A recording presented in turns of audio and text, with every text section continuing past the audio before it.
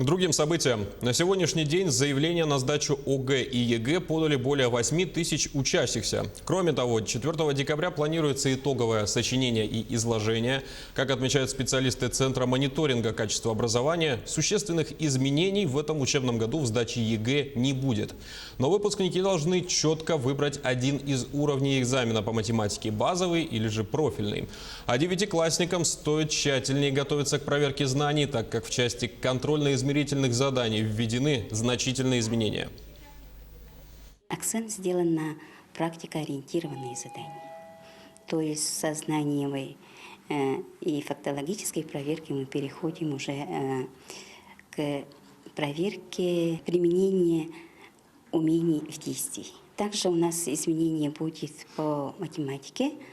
Для того, чтобы получить удовлетворительную оценку, ребенку достаточно было получить 8 баллов, не учитывалась там алгебра или геометрия, то в 2020 году будет учитываться модуль геометрия. Необходимо будет ребенку получить 8 баллов по алгебре и 2 балла по геометрии.